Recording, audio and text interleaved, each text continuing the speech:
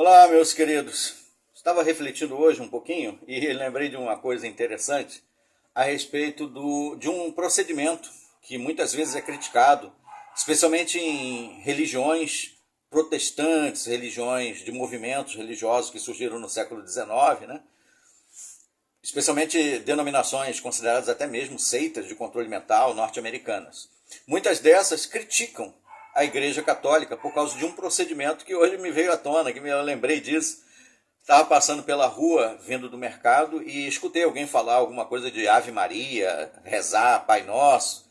E aí eu me lembrei de que a Igreja Católica, por tradição, tem o chamado confessionário, onde a pessoa entra naquela cabine, né? Tem um padre ali dentro para ouvir a confissão da pessoa e a pessoa começa, geralmente, né, a gente vê muito isso em filme, padre, pequei.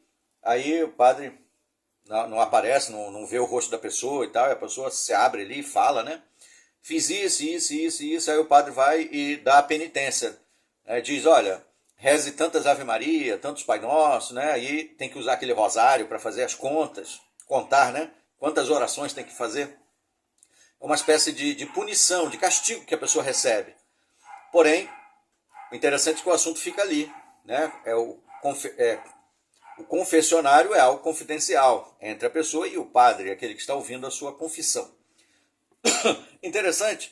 E aí eu me lembro, quando eu era membro da organização Torre de Vigia de Bíblias e Tratados, da Pensilvânia, os membros conhecidos como Testemunhas de Jeová, e muito se critica isso, né, sobre o confessionalismo, sobre a interconfessionalismo, tem todas essas baboseiras de terminologias, e a crítica com respeito à Igreja Católica e também a igrejas que são perniciosas. Ou seja, se diz assim, na nossa organização nós disciplinamos aqueles que cometem pecados. Aí tem um manual, como eu servi como ancião, né, pastor da Torre de Vigia das Testemunhas de Jeová por cerca de quase 20 anos. Então nós tivemos diversos manuais de anciãos ao longo do tempo que eu percorri lá como ancião. Nós tínhamos o manual que era chamado KS 91, que é a edição de 1991. Nós tínhamos KS 91, KS 91, 90, 90, 91. E tínhamos o KS 10, que foi a versão de 2010, e por fim, o último que ainda está em vigor até hoje, que é o chamado SFL. Todos eles com o nome Pastoreio o Rebanho de Deus. Baseado em Atos 20, 28, né? Pastoreio o Rebanho de Deus que ele comprou com o sangue do seu próprio filho. Como pastores, né? Foram designados por Espírito Santo, aquela coisa toda. Como ancião, nós também tínhamos a responsabilidade de ouvir as confissões. Igualzinho na Igreja Católica. Muitas vezes aí vinha uma irmã contar, né? Uma irmã solteira que cometeu imoralidade com o namorado, cometeu fornicação, ou um namoro avançado, né? Mãos nos seios, né? Coisas assim desse tipo, e tudo mais, para não entrar em muitos detalhes. E às vezes a pessoa vinha fazer a sua confissão, e aí muitas vezes contava para um ancião só. Vamos supor, era um superintendente de grupo, de estudo de livro. Aí nós temos lá um grupo de 15, 10, 15 pessoas, 20 pessoas, sob os meus cuidados. Então muitas vezes a pessoa vinha, né, um irmão ou uma irmã, fazer a confissão. Eu fiz isso e isso. Bom, o assunto, se é um pecado grave, deve ser tratado por mais de um.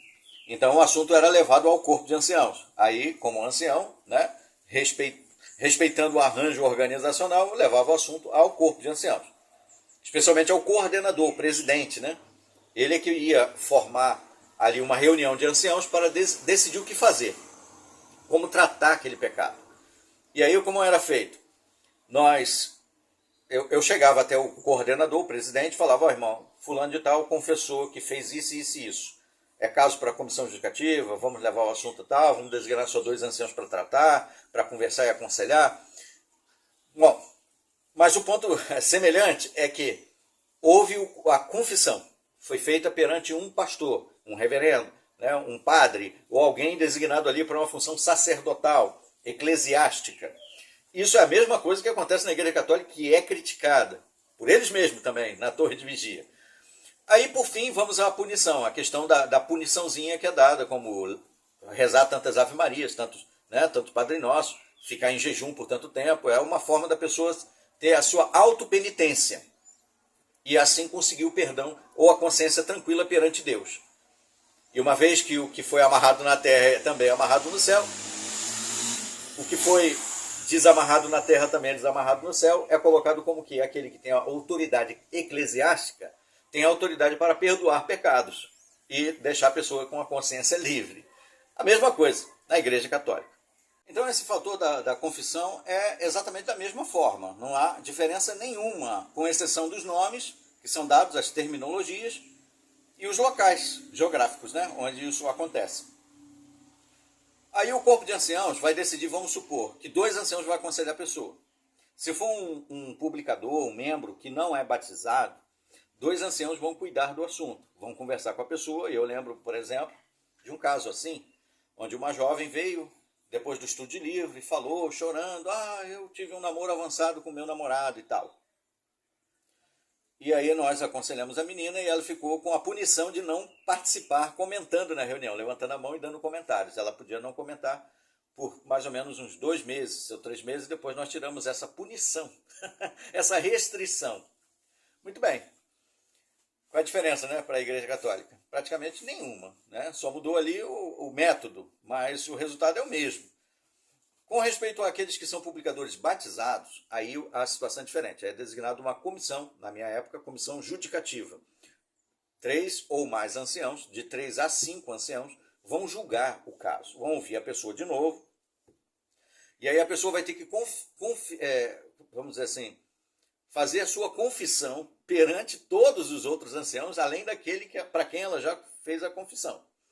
E ela vai ter que expor detalhes. Se for uma mulher, por exemplo, na presença de 3, 4, 5 anciãos, ela vai ter que contar ali que ela permitiu que o namorado passou as mãos nos seios, que ela colocou a mão onde não devia, não é? Coisas desse gênero. E aí, dependendo dos anciãos que estiver ali, eles vão começar a fazer perguntas mais avançadas. Interessante, porque diferente disso, na Igreja Católica, por exemplo, a pessoa chega e faz o seu desabafo conforme ela quer desabafar. Ela vai e fala, padre, pequei. O que você fez, minha filha? Eu cometi imoralidade com o meu namorado, fornicação. Ele, olha, reze tantos Pai Nosso, tantos Ave Maria, pronto, acabou. Não tem aqueles detalhes sórdidos que são questionados. Já na comissão judicativa, alguns anciãos mais avançados, não sei por que motivo, começam a fazer perguntas indecorosas, né? Foi uma vez só? Foi nos 2 seios? Você sentiu prazer? Chegou ao orgasmo? E tal, você gemeu, você, né, usar o preservativo, não usou o preservativo, foi no hotel, foi na sua casa, foi no seu quarto, no quarto dele, blá, blá, blá, blá, blá, um monte de palhaçada de detalhes que serve apenas ou para alimentar a fantasia erótica, maléfica de alguns anciãos, ou para constranger a pessoa, ou as duas coisas, né? Mas a punição que é dada, qual é a disciplina? Dependendo da situação, se a pessoa não for expulsa, desassociada, hoje chamado carinhosamente de removida, a pessoa vai sofrer uma repreensão não pública. Como assim?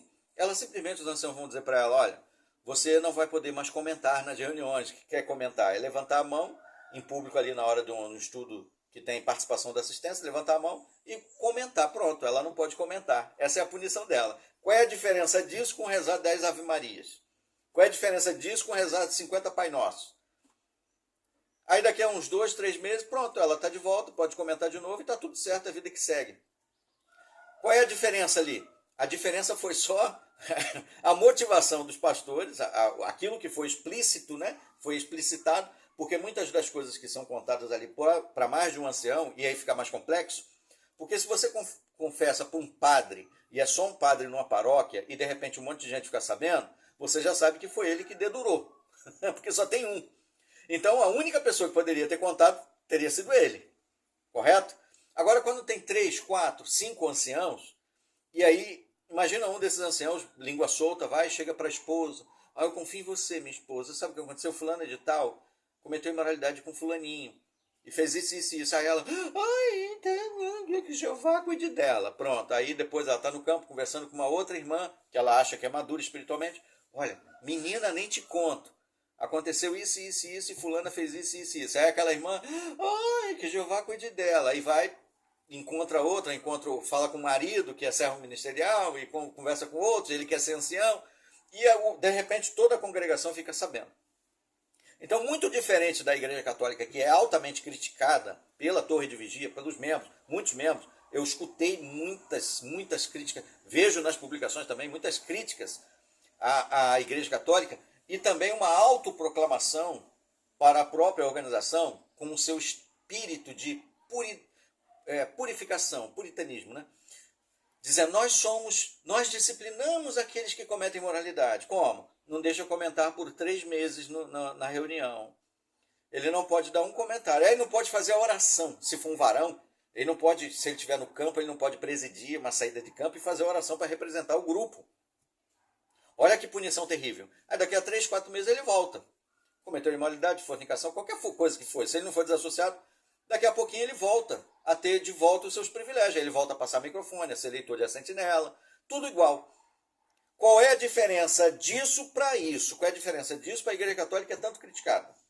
Não, fala você, se você vê alguma diferença, se você vê alguma coisa aí que realmente coloca num grau de superioridade o que é feito em questões de disciplina aos desordeiros na Torre de Vigia para com a Igreja Católica, explica, porque eu ainda não consegui enxergar essa diferença, com exceção de um detalhe.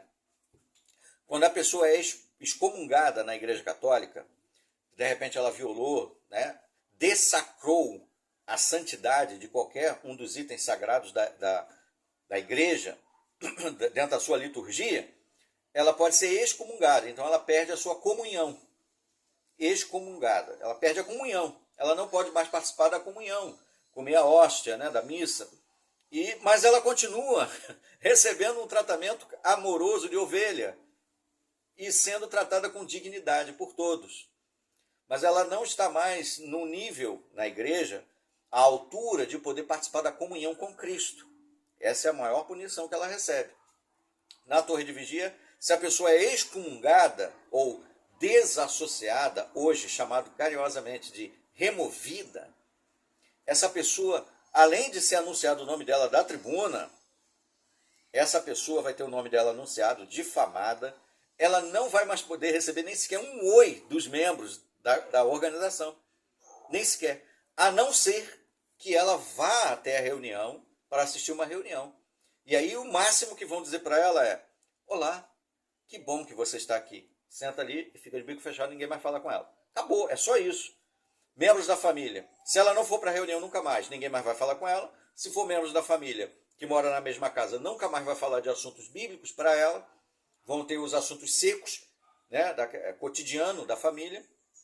Se não mora na mesma casa, a orientação é que corte os relacionamentos tradicionais e só trate em assuntos de vida ou morte, de extrema necessidade.